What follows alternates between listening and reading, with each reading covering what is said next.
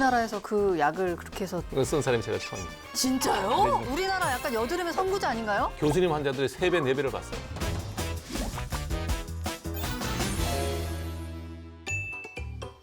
아, 날이 더워지니까 여드름이 또 원장님 이게 지금 이제 여름 돼가지고 여드름 올라오는 것 같아요. 그건 정확하게 맞는 얘기. 아, 맞아요? 기온이 올라가면 피지 분비량이 늘어나요. 아. 그래서 여름 되면 피부과 쌤들이 되게 좋아해요. 아, 여드름 환자들이 많아져서. 그래서 오늘은 여드름에 대해서 좀 여쭤보려고 왔는데 네. 안 생기다가도 막 생기거든요. 이거 왜 생기는 건가요? 이렇게 생각하시면 제일 편해요. 길이 좁은데 차가 많이 나오면 어떻게 돼요? 몰리죠. 병목 현상 네, 되죠. 그게 여드름이에요. 모공은 좁은데 기름이 많이 나와. 아. 그럼 기름이 어떻게 못 빠져나가죠? 네, 그래서 몰려가지고. 몰려서 기름덩이에 뭉쳐지죠. 그게 염증이 없는 흰 여드름이에요. 백색면포라 그러죠. 그런데 가면 구멍이 뽕뽕 뚫린 게 흑색면포. 근데 여기서 이제 손도 좀 대고 네. 기름이 계속 많이 나오고 또 네. 위로 모공을 통해서 균이 들어가고 그러면 염증이 생기죠. 그러면 농포, 곪는 여드름. 그게 이제 심해지면 망종성 여드름. 네. 아, 저렇게도 커지는구나. 절종이라 아주 그냥 크게 밑으로 굽는 거죠. 목 뒷덜미에 잘 생겨요, 저렇게. 저렇게 되면 뭐 어떻게 수술 같은 걸로 하나요? 일단 약 먹어야죠. 아, 약부터 먹고 발라야 돼요. 여드름은 내과병이에요. 그래서 반드시 약 먹어야 돼요. 그다음에 이제 지금 코에 있는 거. 블랙헤드. 그거는 이제 구멍이 열려갖고 기름이 잔뜩 끼어 있는 거. 아, 코에 점점점 원래 다 있는 거 아니에요? 있는 사람 있고 없는 사람이 있죠. 없는 사람도 있어요? 네, 저는 별로 없잖아요. 네. 피부과 의사여가지고 뭘 특별히 관리하신 건 전혀. 아니고. 요렇게 피지가 많이 나오는 사람과 요렇게 피지가 안 나오는 사람이 유전적으로 정해져 있어요. 원장님은 그러면 이제 어릴 학창 시절에도 별로 여드름이 뭔지를 모르고 살았죠. 피지가 늘어나는 원인들. 1번이 조상 탓이에요. 그래서 유전적으로 피부가 지성인 사람은 무조건 사춘기 이전부터 여드름 시작돼요. 제2차 성징이 월경이나 뭐 변성기로 나타나지 않고 여드름으로 여드름으로. 나타나요. 그다음에 2번은 스트레스예요. 왜 그런 거예요? 우리 몸의 구조가 그렇게 되는데 우리 몸에 내분비 체계가 있어요. 네. 뇌하수체라는 게 있어요. 거기서 ACTH 이런 게 나와요. 부신피질 호르몬을 자극하면 스테로이드 호르몬이 나와요. 우리가 스트레스를 받으면 죽지 않고 버티잖아요. 그쵸. 그게 스트레스 호르몬 덕분이에요. 아. 그게 우리 몸을 견디게 하는 거예요, 스트레스를. 근데 걔가 뭔가 피지 분비를 그게 스트레스 호르몬이 콜티졸이라는 호르몬인데 피지 분비를 늘려요. 그러니까 무슨 얘기냐면 산부인과 문제, 피부과 문제, 내과 문제 다 생긴다는 거예요. 아, 내가 월경이 불순이 생기니까 여드름이 생기네? 이렇게 매칭을 하는 거예요. 그게 아니라 사실 틀린 원인은 거예요. 원인은 여기 있어요, 스트레스. 다른 요인이 기온. 햇빛 받으면 좀 아니요, 온도. 피부과 쌤이 좋아한다니까요. 저 이 얘기를 들어봤거든요. 햇빛을 많이 받으면은 피부를 보호하기 위해서 피지가 많이 분비된다. 기온이 올라가면 피지가 나쁜 것만 있는 게 아니에요. 원래 피지가 천연 자외선 차단제예요. 지성 피부가 있는 사람들이 보면 나이 들었을 때 덜 늙잖아요. 자외선 차단제가 늘 나오니까 아, 그리고 이런 얘기 있거든요. 이마든 볼이든 코든 턱이든 이 부위에 따라서 여드름 나는 원인이 다르다. 아무 연관 없어요. 오, 진짜요? 그러면은 등드름이라고 하잖아요. 네. 같은 건가요? 다 같은 거예요. 인간의 몸에는 피지선이라는 게 있는데 이 피지선이 분포하는 자리가 여기서부터 여기까지예요. 그래서 비누질도 내가 가슴까지만 하라 그러잖아. 아니, 비누칠은 원래 샤워할 때 하니까. 여기까지만 하라. 그 나머지는요? 할 필요가 없다고요. 나머지는 진짜요? 흘러내리는 비눗물로 대충 콩나물 씻듯이 씻어라. 자기가 건성인지 지성인지 혹은 중성인지 이런 거 판단할 수 있는 뭐 그런 게 있나요? 딱 기준 하나 잡으면 돼. 여드름이 일찍 나고 오래 나고 많이 난다. 지성이. 아. 두 번째가 뭐냐면 모공이 넓다. 세 번째부터 이제 일반인들이 헷갈리기 시작하는 거야. 얼굴에 각질 생기면 지성이에요, 건성이에요? 건성. 이제 이때부터 꼬이기 시작하는 거예요. 지성이. 왜 그러는 거죠? 각질은 피부병이 생기면 각질이 일어나요. 피부병? 피부에 습진이 생기거나 피부염이 생기면 각질이 생겨요. 아. 얼굴에서 피부염, 이렇게 피지만 데서 피부염이 생기면 지루성 피부염이에요. 지자가 기름 지자, 루자가 눈물 루자예요. 기름이 눈물처럼 많이 나와서 생기는 피부염. 피부염이 생기는 이유는 피지가 많아서 그렇고 피지가 많아서 지루성 피부염이 생겼으니 그 결과 각질은 각질이 일어나는 생긴다. 거예요. 이걸 완전히 일반적으로 반대로 생각하고 있는데. 그래서 많은 화장품 회사에서 온갖 소리를 하면서 화장품을 이거 팔고 저거 팔고 하는 거예요. 아. 그래서 당기는 이유도 뭐냐 그러면 우리 피부는 가죽이에요, 가죽. 이 가죽의 속성이 뭐냐면 기름이 발라지면 유연하고 늘어나요. 기름이 없어지면 쪼그라들어요. 근성 피부는 그래서 안 당겨요. 아. 지성 피부가 왜 당기냐? 기름이 많이 나왔으니까 피부가 많이 늘어져 있는 거예요. 늘어났다가. 비누질을 해서 기름을 쫙 빼면 마르면서 쫙 오그라들죠. 어머. 내가 많이 당긴다고 느끼는 거예요. 그래서 그렇구나. 당기면 뭐예요? 지성이다. 얼굴이 지성이에요. 너무 신기하다. 그러니까 사람들이 거꾸로 알고 있는데 제일 문제가 뭐냐면 잘못 알고 있으면 고치면 되는데 고집을 부려.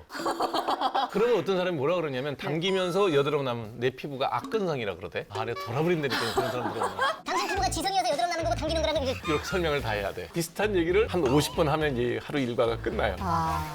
여드름이 안 나게 하려면은 일단 피지 분비를 줄일 순 없지만 줄일 더 수 있어요.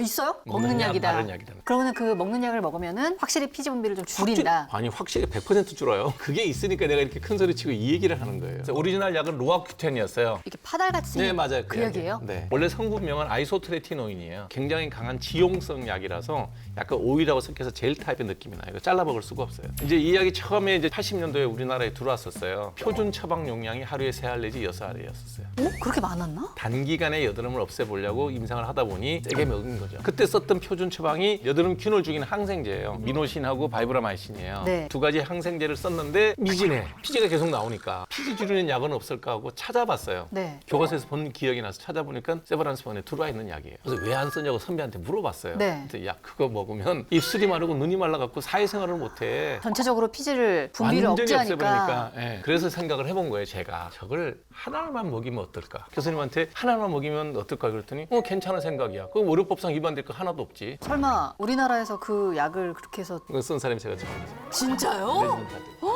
대박 대단하신 분이네.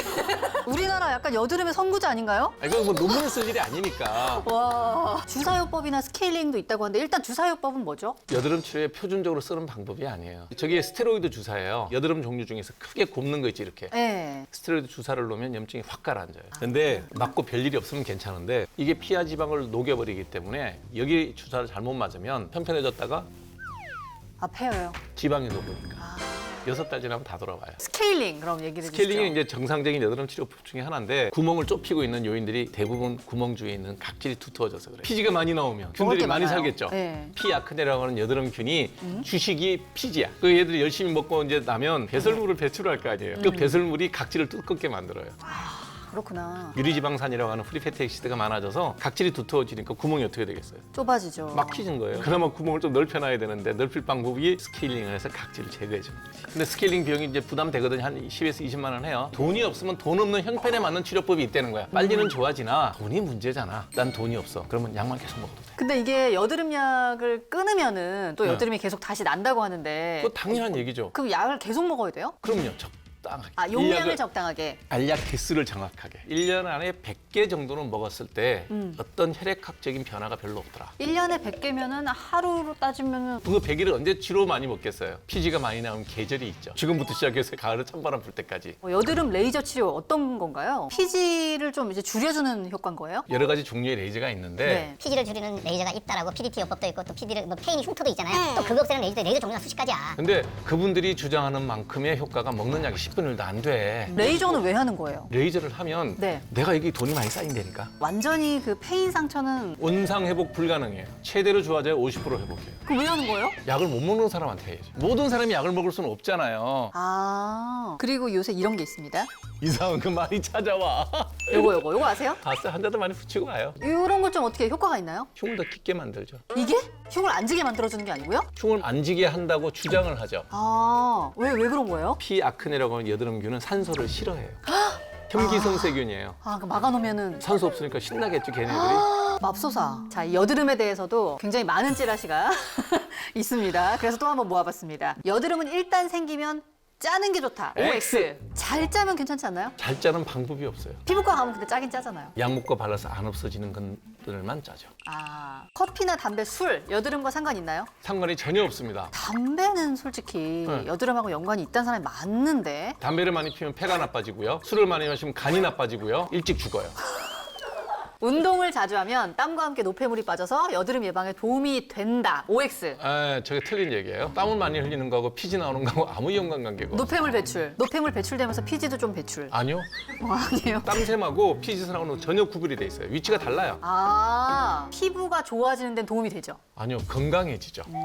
여드름 예방으로 자주 세안하는 게 좋다. OX. 아무 연관관계 없다. 안 씻어서 여드름이 날 정도면 정말 그 사람 더러운 사람이에요. 좀 씻어내는 게 좋은 거 아니에요? 나쁘다는 게 아니에요. 깨끗이 씻지 말라는 얘기가 아니라 그걸로 여드름을 고치겠다고 덤비니까 내가 하는 얘기예요. 성형수술을 계획하고 있다면 여드름 약을 먹으면 안 된다. 맞아요? 네, 그게 왜 그러냐면 여드름 약이 종류가 두 가지 있다 그랬잖아요. 먹는 약이 피지 억제제가 있고 항생제가 있다 항생제가 그랬잖아요. 있고. 이 항생제가 혐기성 세균을 잡는 여드름균을 잡는 약인데 대부분의 수술 중에 생기는 세균들은 다 호기성 세균들이에요. 산소를 좋아하는 세균들이에요. 네. 그러면 이걸 잡는 약을 먹여야 되거든. 왜냐면 성형 수술 부작용 생기면 안 되잖아요. 네. 이 두 가지 약이 뱃속에 충돌하니까. 들어가면 충돌해가지고 이 약이 효과도 없고 얘도 안 듣고 얘도 안 들어요. 아, 그래서 그 기간 동안에는 그냥 여드름은 뭘로 개겨야 돼요? 바르는 약으로, 바르는 약으로. 버티는 거예요. 피지 관리 방법? 이런 거 좀 알려주시죠. 그냥 제일 싸게 하는 게 약 먹고 약 바르는 거예요. 그거 말고 관리법 같은 거. 관리법이 없어요. 평상시에 뭐 이렇게 좀 관리하는. 그 비용이 약값보다 비싸. 아, 여드름 전용 나오는 그런 화장품. 그 값이 약값보다 비싸다고요. 효과는 있나요? 도움이 되죠. 아하 바하가 뭐냐면 네. 알파 하이드록시 애시드, 베타 하이드록시 애시드 그래서 여기 필링 효과가 있어요. 아, 근데 뭐 여드름 조금 나는 사람들이 되면 그걸로도 어느 정도 도움이 되지만 저걸로 하려고 애쓰지 말라고 약값이 저거보다 싸다고요. 도입하신 권위자분과 함께 이야기를 나눠가지고요. 아주 뿌듯한 시간이 됐습니다. 오늘의 진료를 한 줄 평으로 요약하신다면.